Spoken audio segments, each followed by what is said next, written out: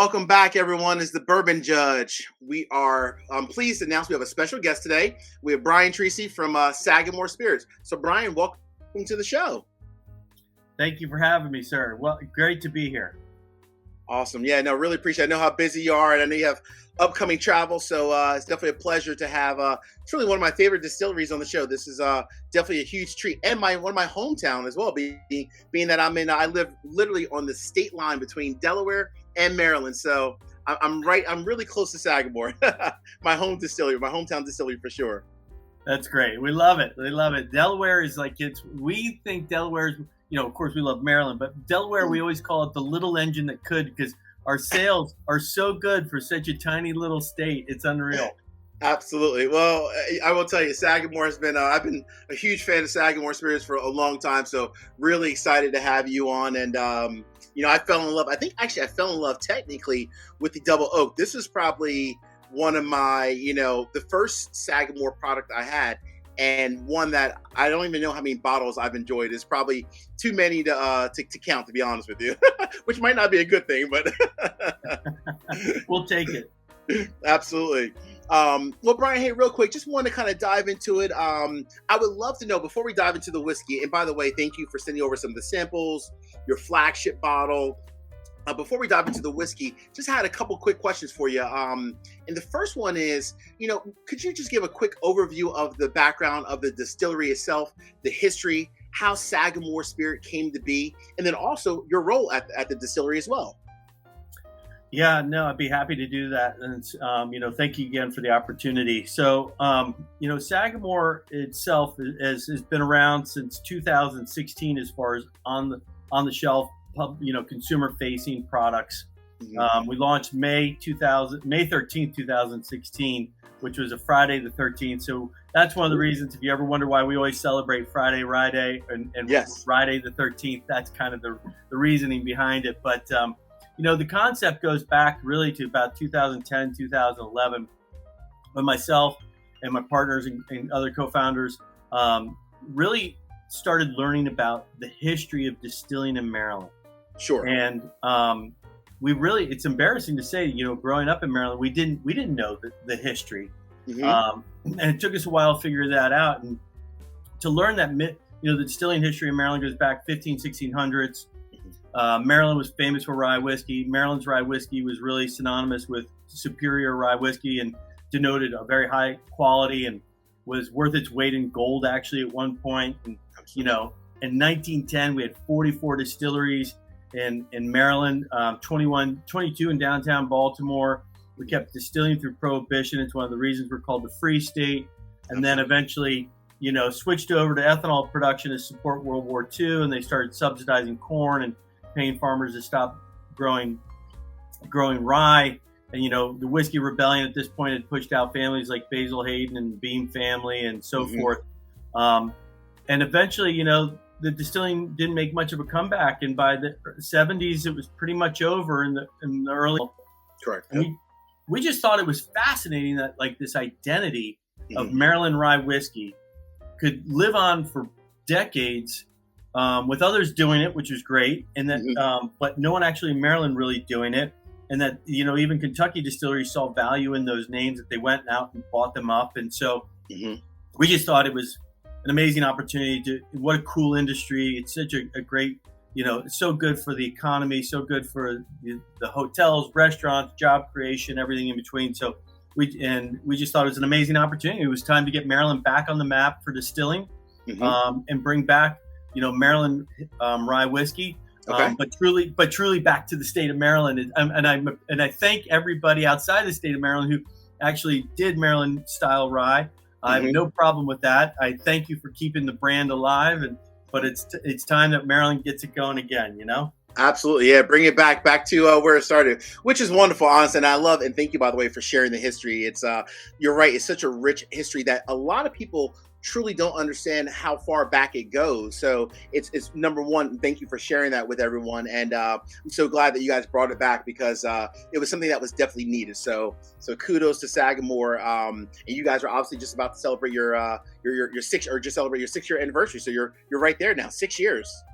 Yeah. So it's hard to believe, but yeah, you're right. Like May May 13th will be 6 years as far as consumer facing. And to be totally transparent with your followers and your subs, I know they're very educated. So we'll be celebrating our 5-year anniversary of our distillery being public facing and open to the public in April.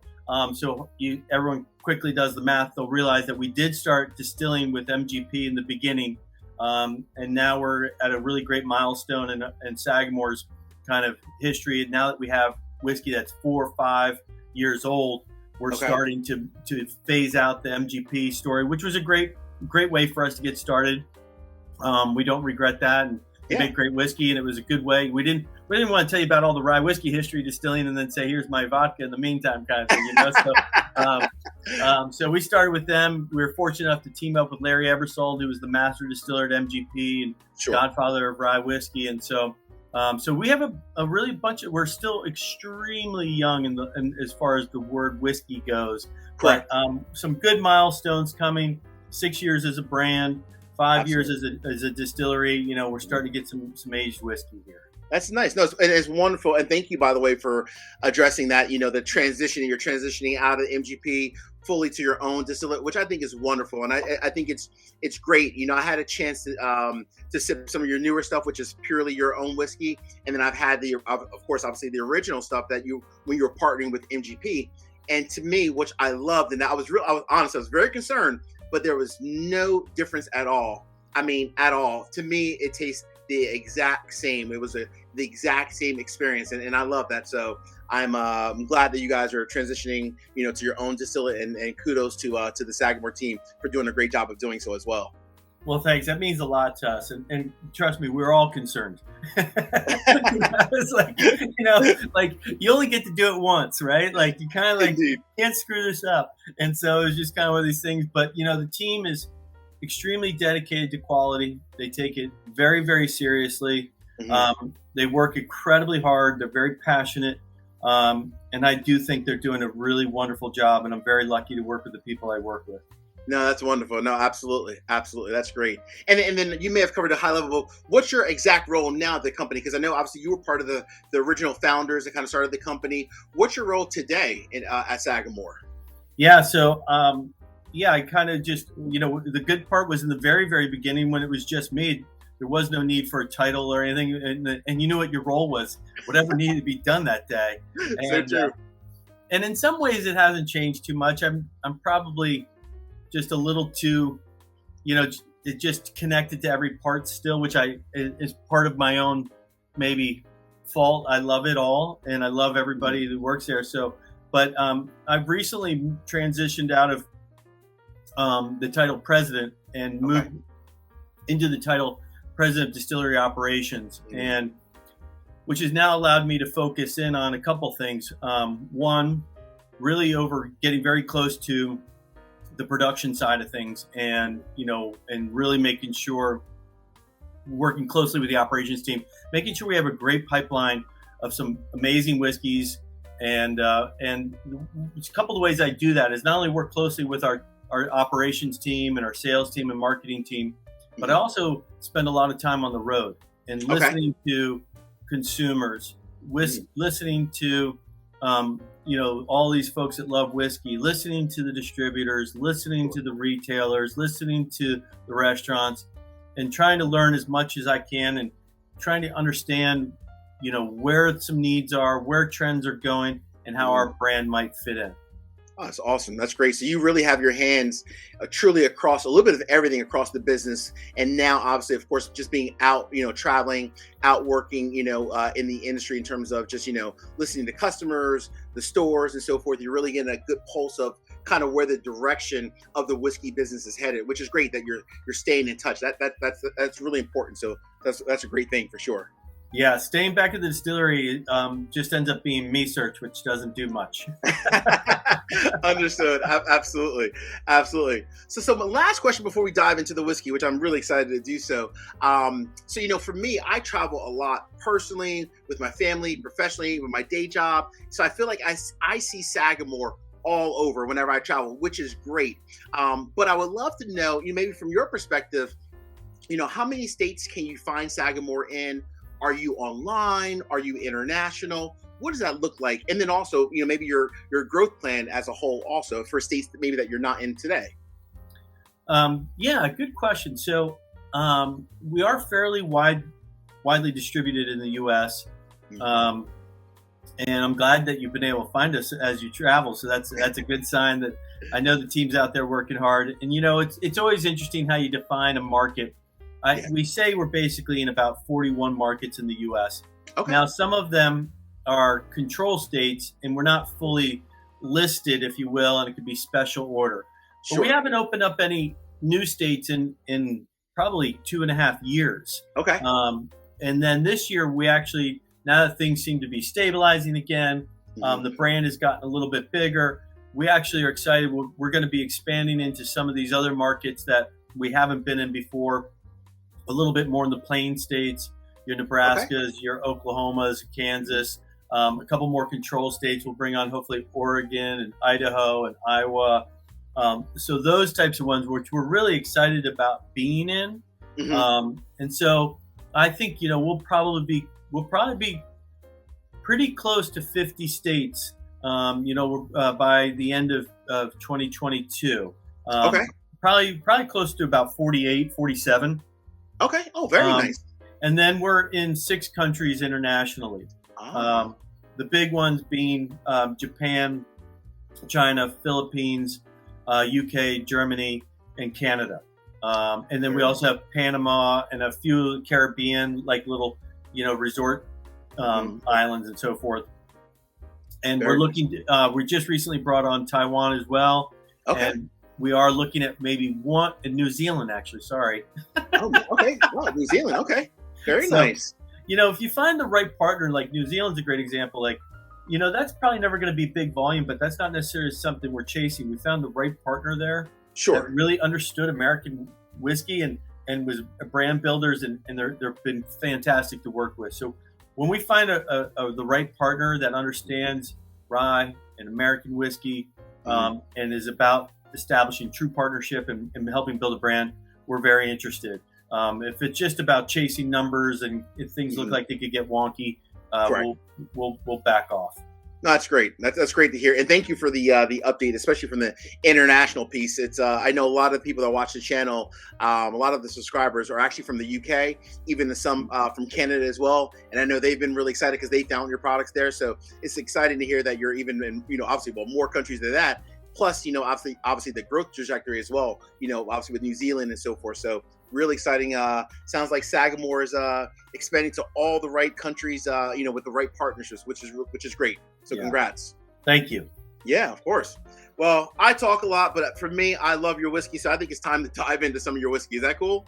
Yeah. All right, let's dive into it. So if you don't mind, I would love to start off with I think it's like your flagship product. So it's 83 proof. And maybe we can just kind of start with this one, if that's okay. I'd love to. So just real quick, too, just to kind of give some folks kind of a background on what is Maryland style, what is Maryland rye whiskey. It's never been really defined as far as a mash bill. It's really kind of defined as a flavor, kind of a taste profile, if you will. Yep. And so we distill 2 mash bills. We distill one that's 95% rye, 5% malted barley, and we'll age that 4 to 8 years depending on the product. And then we distill one that we call our barely legal rye. It's 52% rye, 43% corn, and 5% malted barley. We age that separately 4 to 8 years. Okay. And every product we have has a blend of both of those straight rye mash bills. And we find that you get this really beautiful rye spice from that high rye that you would associate with a rye whiskey. Correct. The clove, the nutmeg, the mint, the cinnamons, those types of things. Absolutely.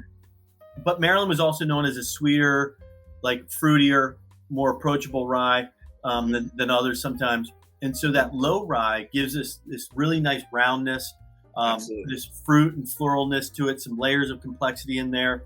Correct. And this, like you said, this is kind of our flagship. This is our workhorse. This is our signature straight rye. It's a blend of both of those mash bills. It's aged 4 to 6 years. And then we proofed it to 83 proof. And the reason for that is historically the Maryland ryes were 80 or 86 proof.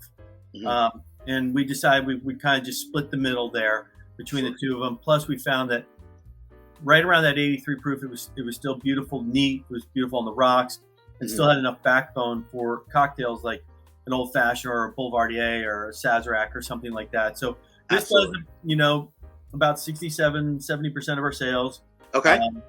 Most widely distributed product we have, really known as just somebody looking for a lower ABV whiskey, something easy to drink, approachable, maybe newer to the category. Yep, absolutely. And this is a great place to jump in. It is. It really is. And I'm glad you said that. And thank you, by the way, for the background on the two different mash bills.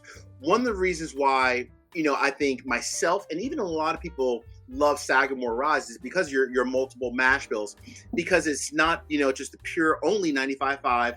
You have that other blend with the higher corn in the mash bill. So it's very, I always almost kind of call it like a hybrid. Like if you're looking for a lot of bourbon drinkers that are looking to kind of cross over into rye, Sagamore is actually a fantastic rye whiskey to cross over, because in many ways, to me personally, it sips a lot like a bourbon, but of course, it's still the core of it is still definitely the rye whiskey. So I love that. So great idea with the two mash bills. I think that's awesome. Thank you. And we have a lot of fun with that as we can change it up throughout different products. The team does a great job, though, of taking two mash bills and making consistent products, as well as some really fun, innovative ones underneath the Reserve series. Absolutely. Now, this is nice. On the nose here, it's definitely traditional rye. Obviously, as you mentioned earlier, very minty, some clove, very nice. A little bit of cinnamon. All right, I think it's time for me to dive in. It's been a long day. Cheers, Brian. Cheers. Cheers, my friend.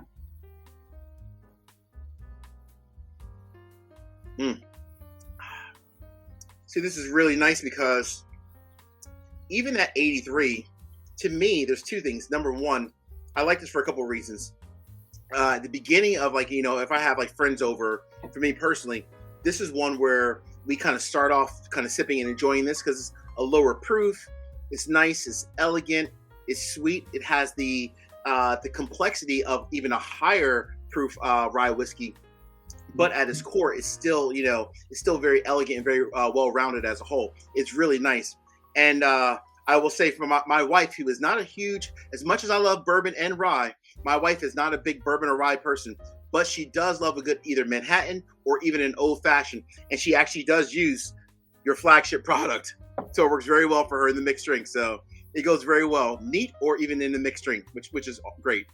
That's so funny. Well, thank you for that. It means a lot. It's interesting. A lot of experienced whiskey drinkers, I always joke around and say, well, this might be considered more of a breakfast whiskey for them. But I do think a lot of times, talking with like the Larry Ebersolds and, even Jimmy Russell, they have these palates that can really understand and appreciate, a lower ABV whiskey in the 80 range and 86 or so. And I love talking to them and having them sip this and talk about how they're really impressed with the complexities that you can get from this whiskey. And so I always really appreciate that. And it sounds like you did the exact same thing. So thank you. And then it's so funny because when we got into this, my wife wasn't much of a whiskey drinker. I said, well, you got to kind of figure this out. We're kind of committed, and so she's a huge fan of this one. And especially like you just said, in a Manhattan. I love a good Manhattan. Absolutely. Can't go wrong with it. I mean, it's definitely, it's such a great, mixed drink, especially for someone who is not a huge fan of just, rye or even bourbon neat. I introduced that to her and she loves it. So that's the one way Mrs. Judge is happy to enjoy at least some whiskey in our household, at least. That's great. I love it. Very nice. And then from a MSRP standpoint, I know you mentioned that this is the, almost like your top of the line in terms of like top from a producing standpoint and sold in many places as well. What's the MSRP on this bottle? $39. Very nice. Very nice. Great. Very affordable, which is wonderful also. I think that's great. Really nice. Yeah, thank you. For a small supplier, we do try to, which is, as everyone knows these days, not to be a broken record, so we're getting a little bit more challenged, but we try to bring an affordable luxury to market, if you will. Like it's just something that can be really good, really ultra premium, but I'm not here to break your bank, Absolutely. So that's great. No, that's great. And we appreciate that. Trust me. This day and age with gas prices now up to almost $5, it's nice that I can at least still get a very good and affordable bottle of rye whiskey. So yeah, thank you for that, Sagamore. Thank you very much. Yeah, we're trying, man. It's getting harder and harder. Indeed. No, I get it. Trust me, I do. All right. Well, I think I'm ready to move over to, and I wanted to know more about, new expressions coming out. I feel for me, because a lot of people out there, if you're watching, it's one of the cool things I love about Sagamore is that every year I feel like you're producing some new finish. So I have here ones that I've had from the past myself. This cognac finish, which I love, by the way. I think is absolutely amazing. This Brewer Select, I also love. I have multiple bottles of both of these. But your newest release is your rum cask finish. Let's talk about this one, and maybe we can dive into it a little bit. Absolutely. Nice. So we have a reserve series. It basically is a release that happens about twice a year, one in the spring, one in the fall. Okay. They're very limited. The spring tends to be more limited than the fall one. And then when it's gone, it's gone. Mm-hmm. And so, as you mentioned before, we had the cognac finish, which I'm a huge fan of. The Brewer Select, which especially the Sierra Nevada one, I was a huge fan of that. Mm-hmm. Calvados, the port finish, which won a world's best rye whiskey in San Francisco. The Manhattan finish, which was a blend of rye whiskey finished in sherry brandy barrels, vermouth barrels, and bitter barrels, and then reconstructed the tasting notes of the classic Manhattan cocktail at 103 proof. And so we do a lot of these, and this happens to be in this. The spring one this year just happens to be our rum finish, and we're certainly not reinventing the wheel here. There's a lot of folks that have done that. Sure, of course, yeah. And so we ended up taking what we kind of consider to be kind of a sweet spot for a lot of our ryes, 5 and 6 years old rye. Okay. And then we put it in rum barrels that were from Jamaica and South America. Ah, nice. And then we finished the nose. Yeah, we finished the nose for 10 months. 10 months? 10 months. Wow. So some of the whiskey's just about 7 years old. Okay. And then proofed it to 98 proof. Very nice. One of our goals is always to make sure, how do we take this finish and make sure that we still have a rye whiskey? Like, how do we find, like, it still tastes like a rye whiskey, not a rum. Not a rum. But I want the complementary notes of that rum to come through and work well with the rye and complement each other, whether it's a cognac or the Calvados or whatever it may be. Sure. There's complementary notes in all of those. And how do we find that complementary of where they kind of shake hands and each one shines? Absolutely. But it's still a rye whiskey, and it just doesn't overpower or anything along those lines. And so that's what we always kind of strive for on this one. I love that. No, and thank you for sharing that. And you're right. I think trying to find that exact time of, how long your rye whiskey should age in that secondary barrel can be, from what I've been told, very challenging. So it's nice that, it seems like every finish that I've ever had, which I actually had them all, which I shouldn't say I'm ashamed. I'm actually proud to say that. I've had the Calvados, I've had the Manhattan, the cognac, the port, I've had them all. And they've all hit home, like home runs each time. So do you find that, is it 10 months the mark across the board, or does that change depending on the secondary barrel? Oh man, it is all over the place. And I love the fact that you said we've hit them all, because we've got some in the warehouse that were misses that we're still waiting on. I can tell you that. Well, I'm happy to come down and try any of those, just so you know. I think the cognac one was 6 months. Some of those fortified wines are a little bit quicker sometimes. Okay. The beer finishes, they need time. The oxidization that happens immediately is wild, and the whiskey definitely takes a nosedive.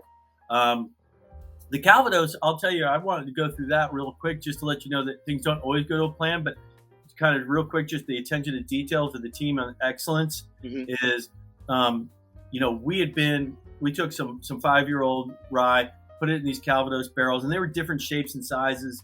And so I should say different sizes as far as gallonage. And when it came to it, had been in there for, if I recall, we had been in there for about 16 months. Okay. And it just started being this kind of tannic finish. It wasn't really ideal. It had this bite, and it was supposed to get released in the fall, and we couldn't do it. And so we pulled the plug on that release, and we dumped all of the Calvados, and then we put it back into freshly dumped rye barrels. Oh, wow. Okay. And we spent another 12 months in those freshly dumped rye barrels. And it actually ended up, the Calvados actually ended up being one of my favorites. And so it ended up being we got all those apple complementary notes we wanted to get out of it. Sure. And then putting it back in those freshly dumped rye barrels gave it a chance to really kind of balance out. And then we released it at 101 proof, and that was a beautiful one. So it's really tough to say. It's all over the place. Changes, yeah, it does. It really does. You know, we have an Armagnac that we did that was in a 400 liter finishing barrel. Okay. I've got a cognac that we'll be releasing at the distillery for our anniversary in April. Oh, nice. Okay. So it's our last one ever, and it's a 400 liter barrel or 500 liter barrel maybe. Okay. And so we put 4-year-old rye whiskey in there, and it's been in there for 4 years. For 4 years. 8 years old total. And Wow. It's been in the cognac barrel for 4 years. But because, you know, it's over 100-gallon barrel versus the 53, Sure. 400 plus liter barrel, it's okay to have that additional time. Absolutely. Indeed. No, and that's a great point. That's a really good point.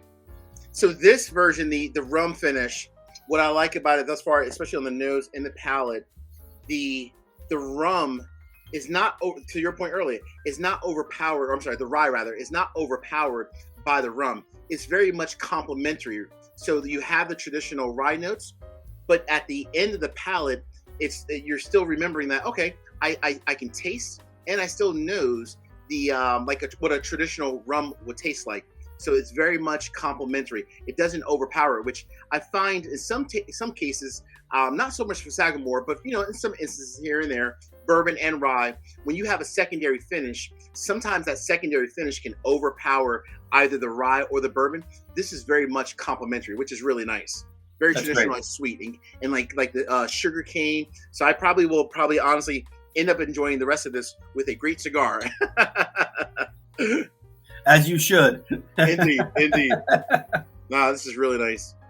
Gosh. Okay, so this is on the market now. It's the new release. What's MSRP look like for the rum cask? This is $79. Okay, $79. Perfect. Wonderful. Yep. And it's just now getting out there. So if you, depending on how quickly you listen to this show, you may not have it in your market. If it's not in your market yet, it's probably coming. It's Okay. unfortunate. It might not be every market, Sure. but it should be a bulk of the markets. And then, we have some online retailers too. You can always visit SagamoreSpirit.com to go to Find Rye to see who's got it. We do sell. We can ship to some places. If not, we've got some partners like Reserve Bar and Caskers and so forth who can help out as well.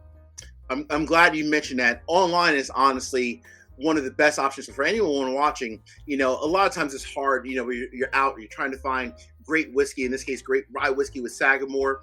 Going directly to the Sagamore website is very helpful. I mean, for me, I did it myself earlier, and I plugged in, my zip code, and it truly has every liquor store around me that I know that I go probably way too often, and I've seen Sagamore every single time I've been there. So it's very helpful. So definitely check it out, folks. Everyone else watching the show, to make sure that you can find exactly where Sagamore can be found close to you. So great point, Brian. Thank you for that. Yeah, my pleasure. My pleasure. All right, so we're moving over to. So this is a newer release, from what I know. Your bottled in bond product. Oh yeah. Let's talk about this one a little bit more. Yeah, this is, and I don't have much left. But it's one of these things where, obviously, as I said, we started off with MGP.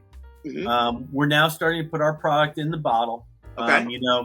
we're probably around 20+% of our juice in the bottle. Okay. We might be upwards. It's always hard to say, so I don't want to throw out a number, but it'll be a bigger percentage for sure by the end of 2022.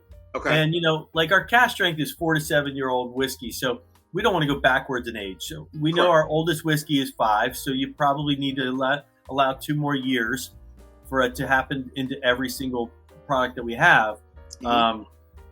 But we wanted to kind of put that stake in the ground and show that our commitment that we were serious to becoming, 100% Maryland aged, Maryland distilled, as you know. Absolutely. And I can't think of a finer way to do it than releasing a bottled and bond product. The original Consumer Protection Act, if you will. And so this past November, we took and released our first ever 100% distilled, 100% aged Maryland product. And it was our bottled and bond. It was a 4-year-old, 100 proof, obviously. Mm-hmm. And it gave people a chance to really taste what we're doing and, show our commitment and put our stake in the ground. And we're looking forward to releasing another one in the fall. Might be a little bit older, maybe 5, who knows, Okay. And these went a little bit distribution. I think we ended up going about to 8 states on this, 10 states on this. Sure. It was very small though overall. We'll do a similar release this year as well. And the reason for not doing a bigger release is just trying to get a little bit more age as time goes on. So we'd like to think this product might be 6, maybe even 7 years old, and then call it probably good, in that range. That's kind of where we feel rye really shines its best. 5, 6, 7 years old, somewhere in that range. And so we're thrilled though. Like I've been at it for 9 years, so to finally have this product on the market was pretty special for me. That's special. Yeah. Yeah. It was really special for the whole team. I mean, everybody plays a role. Everybody's important. Everybody played a role in getting this product onto the market. There isn't a single position at Sagamore that you hold that doesn't say I didn't play a role in that whiskey hitting the market. So that's awesome. Yeah. So it was a pretty special day for the whole team. Very nice. Now I will say it's, one unique thing. If anyone has a chance to visit the distillery, great experience, great tours. It's wonderful, and you're right. Your staff is very knowledgeable. A lot of times, and I've been to Kentucky, I've been to other states where I've been to different distilleries, and the tours are great. But I feel like your team really understands every single element. Like I'm the kind of person where, not that my wife, sometimes she gets upset. I ask 1,000 questions. Every single tour that I've been on, I think I've been on maybe 4 now. Every time I've had a question, each person has had the answer to every question. Everyone is so knowledgeable about your products, and that says a lot, honestly. It really does, because there's probably not as many people like myself coming in there asking these detailed, like one-off questions, but your staff, they knock it off the park each and every time, which is great. Thank you. They work really hard at that, and it's not easy because there are so many questions, and we just ask, listen, you can't know the answer to everything. You'll never know the answer to everything. I don't, it's impossible. And so whatever you do, don't get caught in trying to pretend. So and true. But they work really hard. But they'll get stumped, and that's okay. And but what it does is allows them an opportunity to say, I don't know the answer to that. And I'm not going to pretend I do. And then, but it's kind of this personal thing, like, but I'm going to go figure it out. This is a great bottle. So what I like about this one, I had a chance to sip it already. It's your traditional product, which I love. A lot of almost 2 things kind of come to mind: mint and honey, and maybe even some apples in there as well. Really, really nice. This is actually a fantastic product. So I'm looking forward to, you said you're in 8 markets right now, or 8 states. That's going to be growing over the years. The age statement is going to be growing as well. I'm really excited to see this, not only now, but also for years to come as well. This is really nice. Thank you so much. And we're excited too. We're very excited to see this get a little bit older. Not that we aren't happy with it on the first swing here, but the team did a great job. And then, a little bit older, and then let's get this thing a little bit more widespread. We're not here to try and play this highly allocated game. we're trying to get our whiskey to people. But we're also sitting here, with a little bit of limited inventory, and we want to hold it back a little bit and get a little bit more age on it, which I think is what we're all trying to achieve. And then once we get everything kind of around that 6, 7, 8 year, then we're kind of in the sweet spot and things can get really good. So we're on the horizon here of something special. Absolutely. And you might have mentioned, so my apologies if you did, Brian, but what's the MSRP for the bottled and bond? $59. $59. Perfect. Wonderful. Good to know. Okay, great. All right. So we're about to move over to, oh man, this bottle holds a special place in the Bourbon Judge household and in my heart. So we're going to move over to the double oaked. Oh gosh. This is probably truly one of my favorite all-time whiskeys, hands down. And I'm not just saying that because you're on the horn here. My wife knows how much I love this bottle. Absolutely an amazing bottle. So, and I know you're not just saying that because I've watched you. I'm a sub, and I feel like I should not lead this discussion on the double oak. You do it so well. But this one is fun. This one is one of those that, it's funny. Is this was supposed to be a one and done product for us? Oh wow!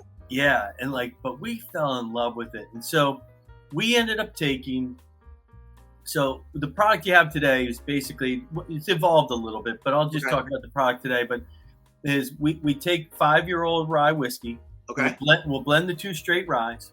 Okay. And we'll put them back into another new American oak barrel. Mm-hmm. Now, what's fun about this barrel is we cut grooves. We call it a wave stave barrel. Yes. So you go down the lengths of the staves. Mm-hmm. We cut grooves down the inside. Mm-hmm. It creates these kind of waves on the inside of the barrel. It increases the amount of surface area inside the barrel by about 23 to 25% for the whiskey to actually interact with the wood. And then we don't want to do a heavy char and burn off those grooves. It kind of defeats the purpose. Of course. And so we end up just doing a heavy toast. Okay.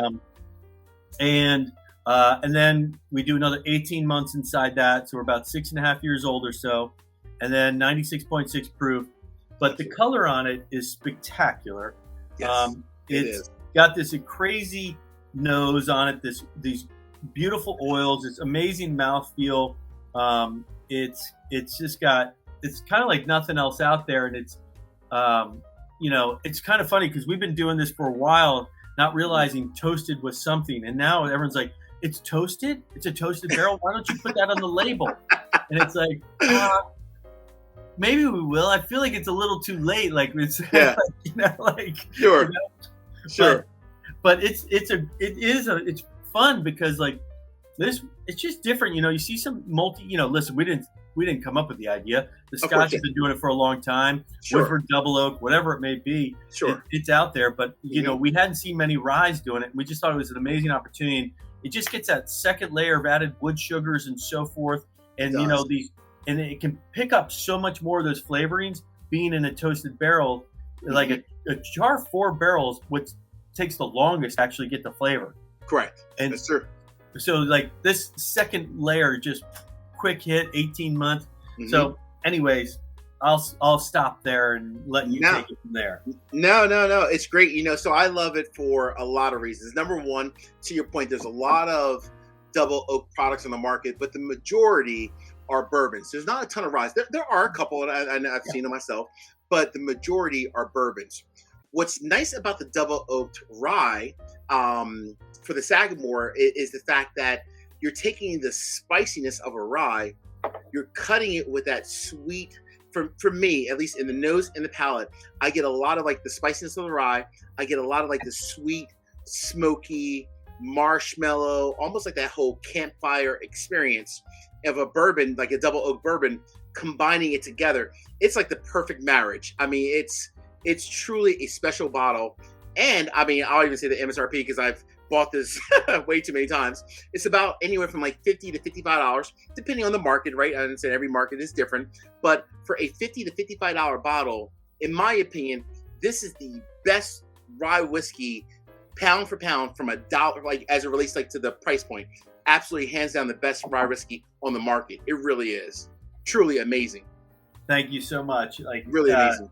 Thank you very, very, very much. We're proud of it. We think it's fun. You know, it's funny. You just like I always said, like we do a lot of backyard, especially the last couple of years when we kind of didn't have many places to go. We spent a lot of time in the backyard, sitting around a fire pit and hanging out, and like you just nailed those tasting descriptors. And one of my favorite thing to do is pair it with like a s'mores, because it's like toasted graham cracker, toasted marshmallow, the chocolate, like these things, like in like that oakiness and the smoke flavor and the campfire. Together. Like you nailed it, man. Yeah, it comes together so nice. It really did. It really does. You know, it's funny. So on the last time I was at your distillery, gosh, I think it was back in, was it last month? I think it was last month. I was there last month. And I was at the tour. I think the response I got was not currently, but you know, potentially. You never know, right? The one question I have, and I would love to know from your perspective, any chance we would ever see this in a cask strength version? And I love this. I mean, honestly, at 96.6, I absolutely love this by itself. And I love, you know, for me personally, and a lot of my people who watch the channel love more like cask strength versions.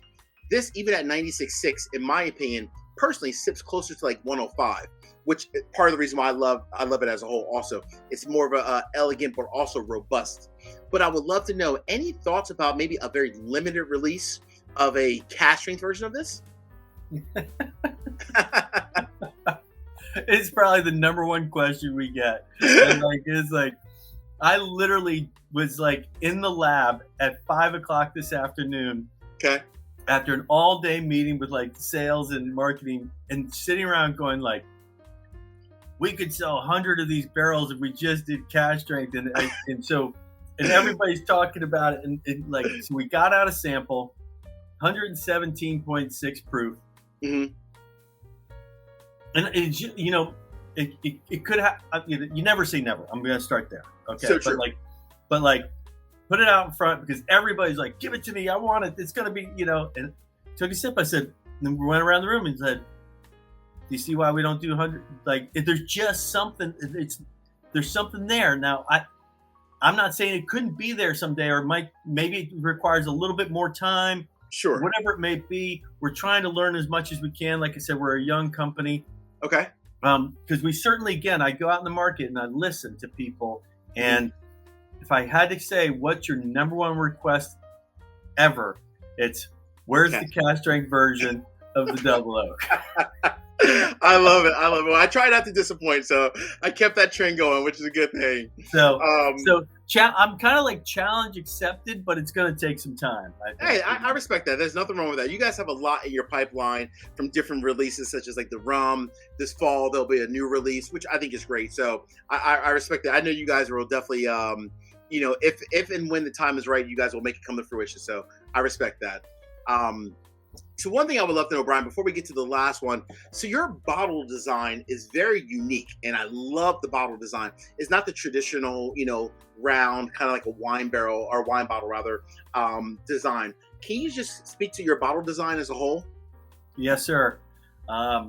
You know, it was one of these things when we were doing all the research in the early part of getting Sagamore up and running, and learning so much about, you know, all the different distilleries that were here in the 1700s and 1800s and so forth. And, you know, so much that Maryland, you know, Baltimore was actually, we had, you know, glass manufacturing plants here. And the glass, if you just look at like historically, glass was just, I don't know, like it was cared for more. It was put more thought. There was just more attention to detail. There was just more love that just seemed to go into the glass back in the 1800s and so forth. Like, you know, yes, there were plenty of round bottles, don't get me wrong, but there was a lot of very interesting bottles too. And one that stood out to us was, there's a museum here in Baltimore called the Walters Museum. Okay. It's a beautiful art museum. Come to find out, he made most of his money, if not all of his money, from selling rye whiskey in the 1800s. And he had this 6-sided bottle. Okay.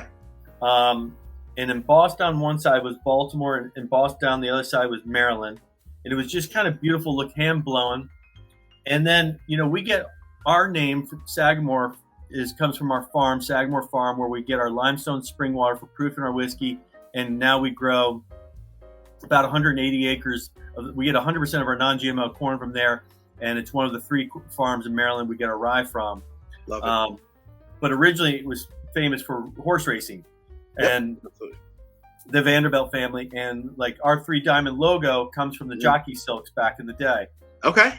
And so we ended up saying, what if we shaped our bottle kind of like a diamond, and like the 3 diamonds that we have. Correct. Yep. And then also kind of a nod to the folks before us, old meets new. Absolutely. Tip our hat to the folks that made all this great history in Maryland making rye whiskey. And then kind of put a bit more modern, streamlined version of it out, because we're kind of a modern American whiskey. Like we're not going to pretend like we have this great legacy in Maryland. Correct. We're not going to pretend we're like an old company. Like so it's true. just we're modern. We have Absolutely. we have efficient equipment and things like that. Correct. So it's kind of old meets new. Thanking the folks in Maryland before us for everything that they did. And then the coolest thing is that, there's no front or back to the bottle till we put a label on it. So it's hard for me to screw up on the bottling line. So, that's kind of where we go from there.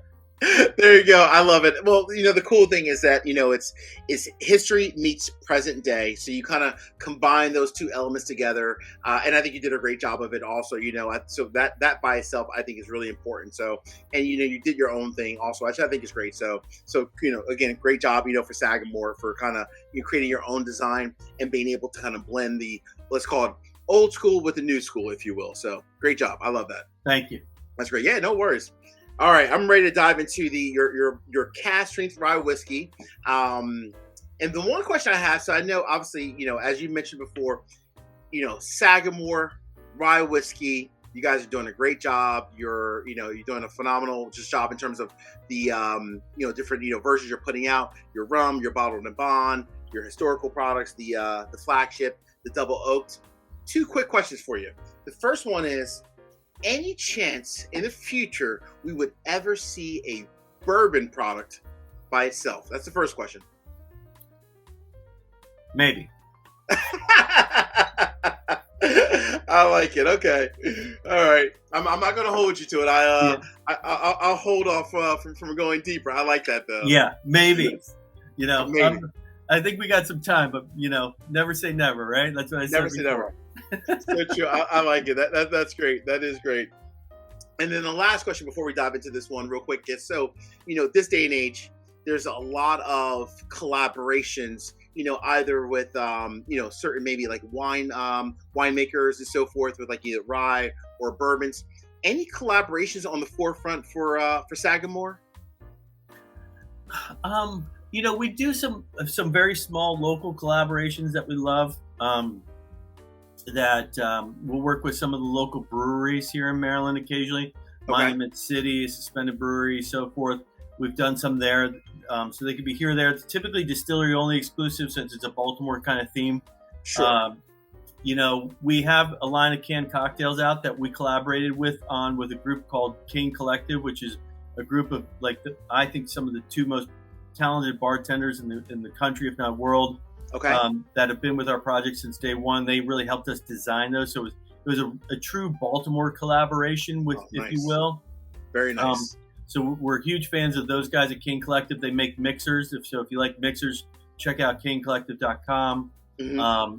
And they do a phenomenal job. And then, we've been fortunate enough to work with a couple other folks, which I'll have to hold back a little bit right now. But, sure. There was... there's one that was out there, which we were fortunate enough. It was called Pursuit United.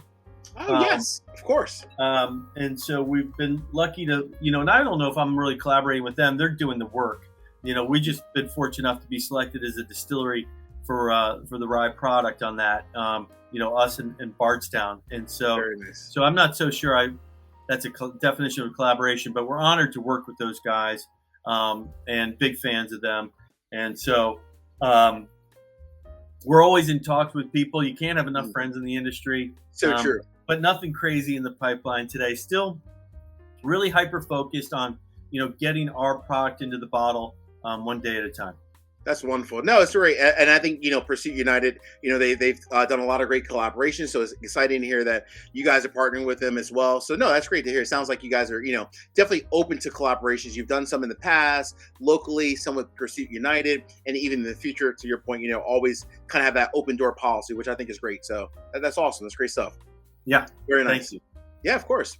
All right, so let's go to the last one here. So we have your cask strength product. I would love to know just more about it as a whole.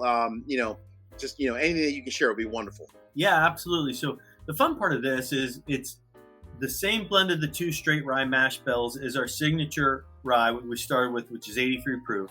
Mm-hmm. But obviously we don't proof it, and so it's unfiltered, out of the barrel. Usually, we come out of the barrel at pretty low ABV. So, we're usually around I've seen anywhere from 111 to 114. Okay. And it's 4 to 7 year old rye whiskey. Oh, nice. Okay. And so what I love about this one is it's big, it's bold, it's got beautiful long finish. It's got some beautiful black pepper, some dark chocolate in there. Yeah. But at the same time, for such a high ABV, I still think this one, some days I'm like, almost like a 109, 107. Sure. Like it drinks elegantly. It's great neat. It's great on the rocks. A drop of water, 2 drops of water. If you like a spirit forward Manhattan, which I'm not afraid of occasionally, yep. I'm not afraid to use this for a good cocktail. If you like spirit forward cocktails. Of course. But again, I think people are always really shocked or impressed or whatever you want to call it for the way 113 proof whiskey drinks. Yeah, so true. You're right. You're right. You mentioned the almost like some pepper, some blackberries. I also even get a little bit of almost like some very soft cherry notes as well, which is very unique, especially in a rye versus like a traditional bourbon. More like a Tennessee that might have it. But this is really nice. It's very well rounded in terms of having a little bit of everything in it. In terms of you have some cherry notes, some blackberries, some pepper, a little bit of mint, of course, obviously. But it's just so nice, very well rounded as a whole. This is really nice. This is great. Oh man! And then last but not least, MSRP on your cask strength whiskeys as a whole. And it should be. It's not always when I go to markets. Correct. But it should be $59. Okay. Yep. And that's about what I've seen it for myself here, at least locally in Delaware. Even if I cross over the line into Maryland, about $59-$60. So that makes sense. Yep. So again, I don't know how many small suppliers are putting out 4 to 7 year old rye at 113, 112 proof for $59. That's just like we always say. We're of course biased. Of course. We think it's one of the best kept secrets out there, right? It is indeed. Well, I will say, kind of in closing, Brian, the unique thing about Sagamore is that for a company now, a distillery now, being in presence for 6 years, you have such a wide breadth of different variety of different products, from your flagship at 83, your bottled and bond. Every year you're putting out unique different finishes, from your rum, which is the most recent finish. In the past you've had cognac and Calvados and so forth, all the way through my personal, I'm gonna keep this one close to my heart, my double oaked, all the way to your cask strength. You have such a wide variety of different rye whiskeys. That makes it very appealing for the majority of us whiskey drinkers, which is great, right? And whiskey enthusiasts. So I think that says a lot about your dedication to what you guys are doing. You're making sure that there's enough a variety of different types of rye whiskeys out there for the people to really enjoy, depending if you like something from a lower proof all the way up to maybe a cask strength, and in between with like a bottle and bond, and even like a finished version such as this rum cask. So I think that says a lot about Sagamore. So in my opinion, keep doing what you're doing. I just want to thank you, number one, for joining today. Really do appreciate it. Last question I'll have for you before we kind of close it up. Anything else on the horizon for Sagamore Spirits in 2022 that everyone should be aware of? Anything out there that you can share as well publicly? And if you can't, I respect that as well. No, one, just real quick. I've watched your channel and your streams many times. So your kind words mean a lot. So thank you very, very much, and thank you very, very much for the opportunity to be on your show. This is great. So the Reserve Series release in the fall will be a beautiful, beautiful, beautiful sherry finish. Keep your eyes peeled for that. And I think that one's going to be a home run for sure. So we've got some good things in the pipeline. Get out there, grab that rum finish while you can. It's a beautiful, beautiful baking spice with beautiful tropical notes in it. Maybe you get lucky enough to hopefully get a bottle and bond in the fall too. But if not, the sherry finish should be pretty wide release on that, and we're looking forward to that one as well. That's perfect. No, that's great. I looking forward to it. I need to go out and buy my full bottle because this is not going to last long of my rum cask, and I'm definitely looking forward to the sherry coming out in the fall. So thank you again, Brian. We appreciate you taking time out of your day to be with us, and as I say, thank you very much, sir, and cheers to the Sagamore team. Cheers, Mr. Judge. Thank you very much. Take care, everyone.